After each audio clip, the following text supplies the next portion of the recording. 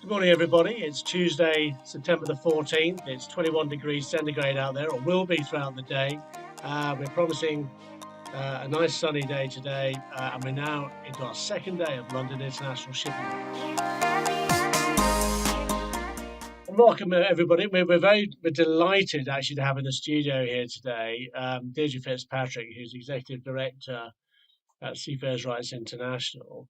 And Deirdre, long time within the industry, highly respected on the legal side there. But SRI are holding a very important event at the IMO building on Thursday, looking at the whole issue of future-proofing the Maritime Labour Convention. And the MLC is a really, really important instrument, as we all know, within global shipping, looking after that interaction between governments, seafarers, as well as managers and owners, and the way that seafarers can be looked after. Deirdre, welcome to the programme this morning. Always good to speak with you. Can you touch a little bit about what the event is going to be talking about? Because it is bringing together the IMO and the ILO, isn't it, on Thursday? Yes, indeed. Thank you, Sean, very much for the invitation, and good morning to all who are listening. I would just say initially, I'm delighted to be part of London Shipping Week, and congratulations to the organisers. It's a great event and very highly regarded. And yes, Sean, as you say, we have an event organised on Thursday this week. Our event is focusing on seafarers at the heart of the industry, who have kept the global trade going throughout the pandemic. And specifically, our event is looking at what has happened in the context of the Maritime Labour Convention. And the Maritime Labour Convention is well known in the industry as the so-called Bill of Rights for seafarers. And it's the product of tripartite discussion that happened during 2001 and 2006. And it's been in force since 2013. And it has been tested during COVID. And there's much discussion about how it has performed during COVID and how it should go forward in the future. So we're delighted to be bringing together a wide audience representing governments, representing the social partners, the ship owners, and the seafarers, young seafarers in training as well. The discussion will take place around largely a conversation about how to achieve greater compliance with the Maritime Labour Convention. There are many different ways of getting greater compliance with the Maritime Labour Convention, and some of these issues and some of these areas will be on our agenda on Thursday. Deirdre, looking at this whole issue of the MLC, there were amendments there, weren't there, following with elements of abandonment and what have you, and seafarers able to get 4 months payment, I think it was, as a result of that. But what's sort of wrong with the MLC? Because it brings together 69, I think, instruments, doesn't it, and conventions between ILO and IMO. But what sort of prompted you to go down that route and look at areas that you can actually improve, as you say, greater compliance and what have you? What sort of stuck out for you, do you think, when you were looking at it? Yes, I mean, the MLC was an incredible achievement, and it was a consensus that came out of the tripartite structure of the ILO. And it's the convention that we think is fundamental for the minimum conditions for the seafarers. So with all the effort that everyone put in, we want to ensure that it's working effectively as possible for many years and decades to come. So when we experience a situation like COVID, where some aspects of the MLC didn't work as well as we hoped, where every aspect of society was coming under pressure, where there were lots of priorities that different governments had to try and balance, and where we then had to experience, and what the seafarers had to experience, we want to try and learn from that. We want to try and put in place issues, put in place factors going forward that will try and prevent the issues that happened during COVID, that will provide greater support to seafarers and to the shipping industry generally. And there are many different ways this can be done. And there is a great cooperation that has already happened between certainly the social partners in the industry. But we want to make sure that the MLC is moving forward as the living instrument that it was always intended to be. When it came into force, it was never intended that it would be static. Everyone realized that the maritime industry would be changing all the time. And therefore the Maritime Labour Convention would need to keep pace with those changes. And we have all had a very sharp lesson during COVID. And that's why we want to begin the discussion as to what role the MLC should play going forward. And where it failed in implementation or enforcement during COVID, are there ways that we can try and improve this so that it's more effective should any other catastrophes happen? So will you be actually delivering a set of sort of recommendations then, will you, to the to the IMO, for instance, to sort of say, look, this is really what the industry is saying, and this is our extensive research on this. This is what we actually believe should actually happen moving forward. Well, the discussions largely in the Maritime Labour Convention happen at the International Labour Organization. Our meeting is happening at the International Maritime Organization, and we'll be delighted to be hosted, and the IMO Secretary General will be speaking there. The International Labour Organization will also be represented at our meeting. I think the nature of the research that Seafarers' Rights International does is independent research in which we want to represent the views of all the members of the industry, all the different constituents. So we would not put forward preordained outcomes. We want to facilitate a discussion so that the changes needed are agreed across all the different stakeholders.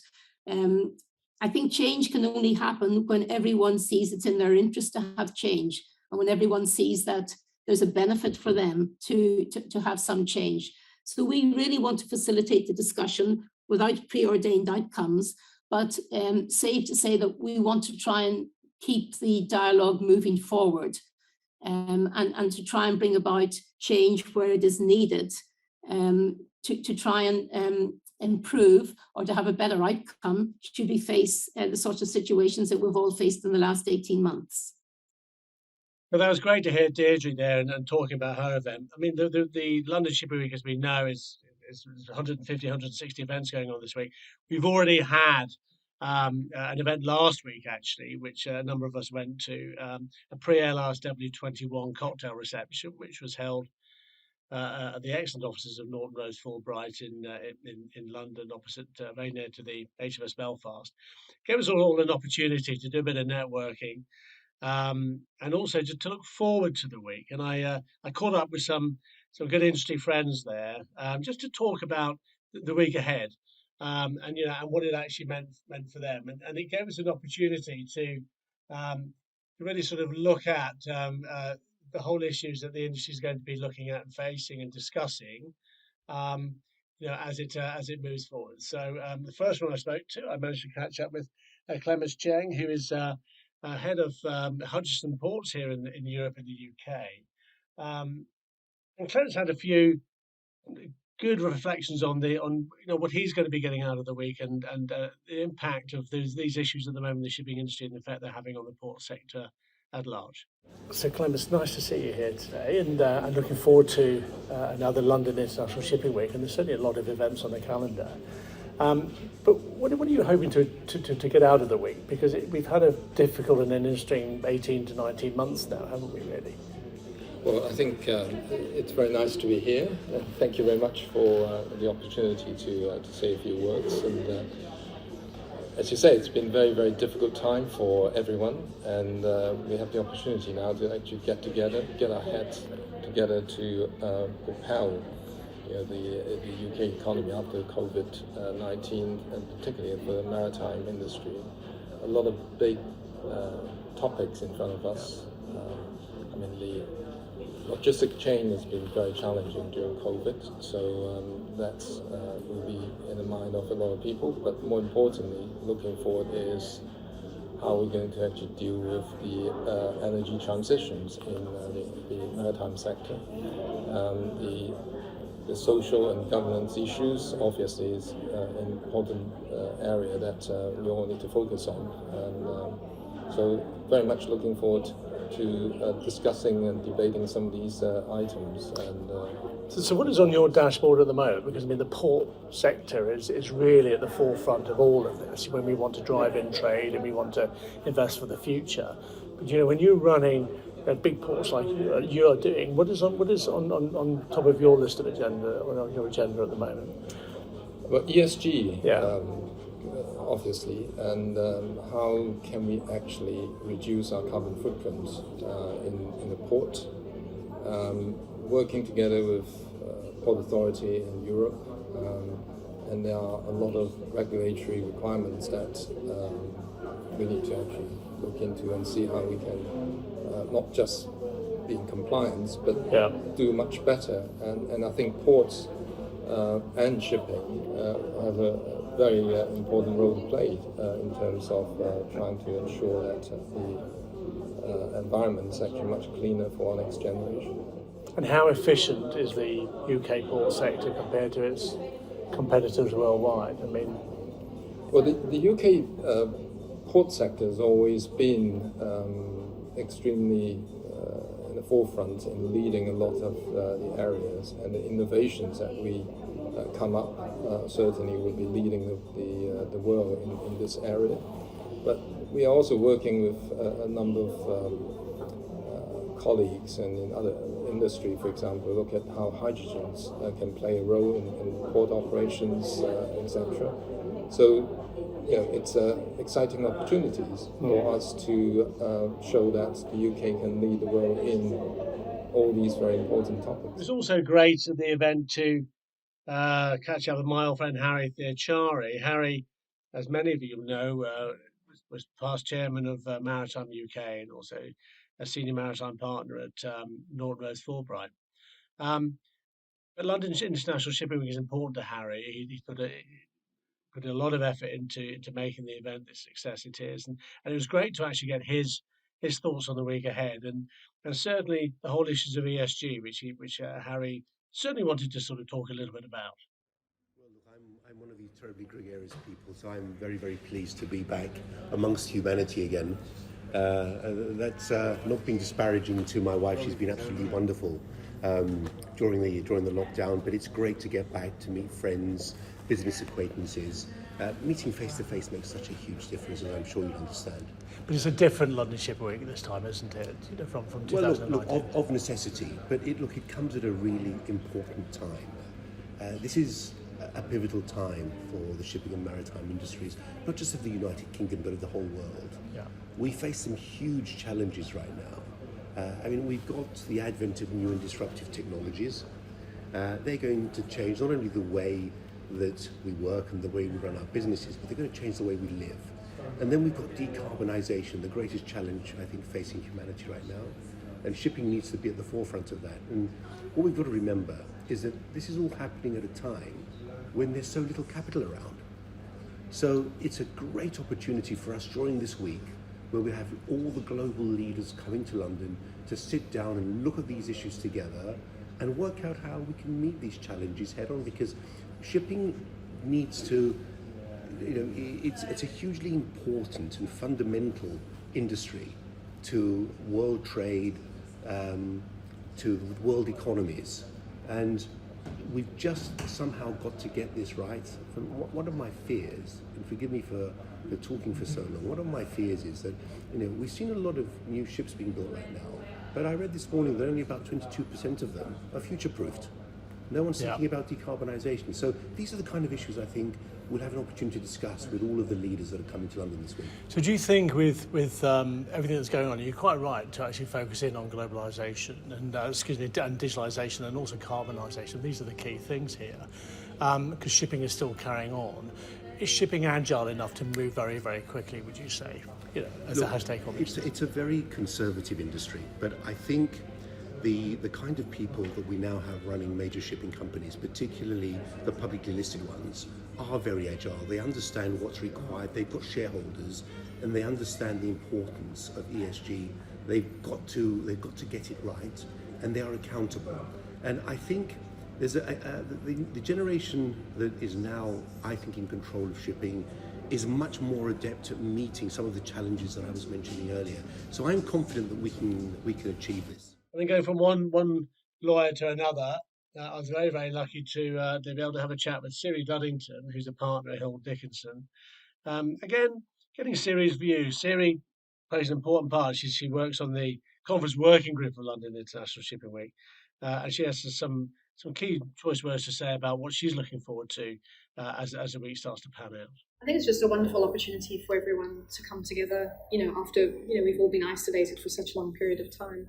And I think to remind everyone that London is still a maritime hub, and an opportunity for us to discuss, some of the very difficult issues, the disruptions, that we faced over the last 18 months or so, and a good opportunity for everyone in the industry to reconnect again. So I'm looking forward to seeing everyone come together and have some good discussions on some very important topics, and how we regulate ourselves going forward and deal with things like the pandemic, and, important issues like trade wars and sanctions and things of that nature. So the theme for the week is, driving growth and recovery in a disrupted world. And I think, we have seen COVID and we've, the impact on that. What impact has it had on the legal sector? Because London is a major financial services centre, number one in the world, really, and certainly as far as legal services is concerned. What impact has it had? Are you seeing challenges as well as opportunities for the legal sector? Well, yes. Strangely enough, when COVID first hit, we were quite concerned, I think, as all businesses were, about what impact that would have on the business and how we would be able to deliver, service in a different way. But what we actually found was that people were able to work quite flexibly and to work well from home, to still connect with clients, obviously in a different way, in a virtual way. So surprisingly, we had actually quite a good year, generally speaking. We were still able to deliver legal services because we do that internationally in the event. But I think what we missed was the opportunity to see people face to face, to travel, which is what a lot of people in the shipping industry would do. So we missed out on that opportunity, and hoping that we will have that opportunity going forward. But I do think that it gave us the sense that we can still be connected, notwithstanding the fact that we may all be working from home. There was still the opportunity to engage with everyone worldwide. So far as COVID is concerned, we did see, from a legal perspective, certain legal issues stemming from that, which we could assist with. But by and large, I think the big takeaway from all of that was that we could adapt, and there was a way that we were still able to engage with everyone as we usually did, and off the back of that, still managed to have, a pretty decent year. And then it wouldn't be complete going to a cocktail reception without bumping into a journalist.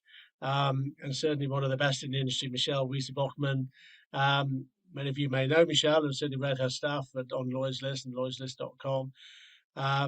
But Michelle, like all of her colleagues in the fourth estate, will be using all of the events in London International Shipping Week to good use, and getting her notepad out. So I just really wanted to sort of get her views on, as a journalist, what she's going to be focusing on this week. Well, London is at the heart of the maritime community, and I think the community is going to be digesting a lot of really big issues that the pandemic has presented us, and one of those issues is decarbonisation. Yeah. I think also on the more social side, this is the first really live event that's been offered in more than 2 years. So I think the face-to-face nature of a lot of the conferences and events is going to make sure that people can have a proper dialogue about the markets, the container markets, absolutely crazy, logistics, supply chain concerns, why, how do we fix it, how are we going to address fuels of the future, and then looking of course at dry bulk sector and the tanker sector, which is perhaps in really chronic times, and why is that? And of course we also have the first company in many years to list on the London Stock Exchange, doing fabulously well. So are there opportunities for other companies to also take advantage of everything London has to offer? So that's about it for today's programme, and I'd like to thank you all for listening and tuning in to our breakfast podcast. I'd like to thank all my guests. It's been excellent talking to them and getting their views. There are a lot of events going on today. We just wanted to give you a little bit of a flavour of what might be happening today and also throughout the rest of the week. So please go back onto the Swapcard portal, and if you haven't registered that yet, please do so via the website and go on to drop-down menu on the homepage of the website and go on to portal registration, and you'll be able to register there. So it's been a delight talking to you today. Tomorrow, my colleague Josh Standerwick, chair of the LISW Conference Working Group, will be presenting the show, followed by Richard Mead from Lawyers List on Tuesday. So thank you very much indeed for your time today. Always nice to talk to you, and have a good day at London International Shipping Week.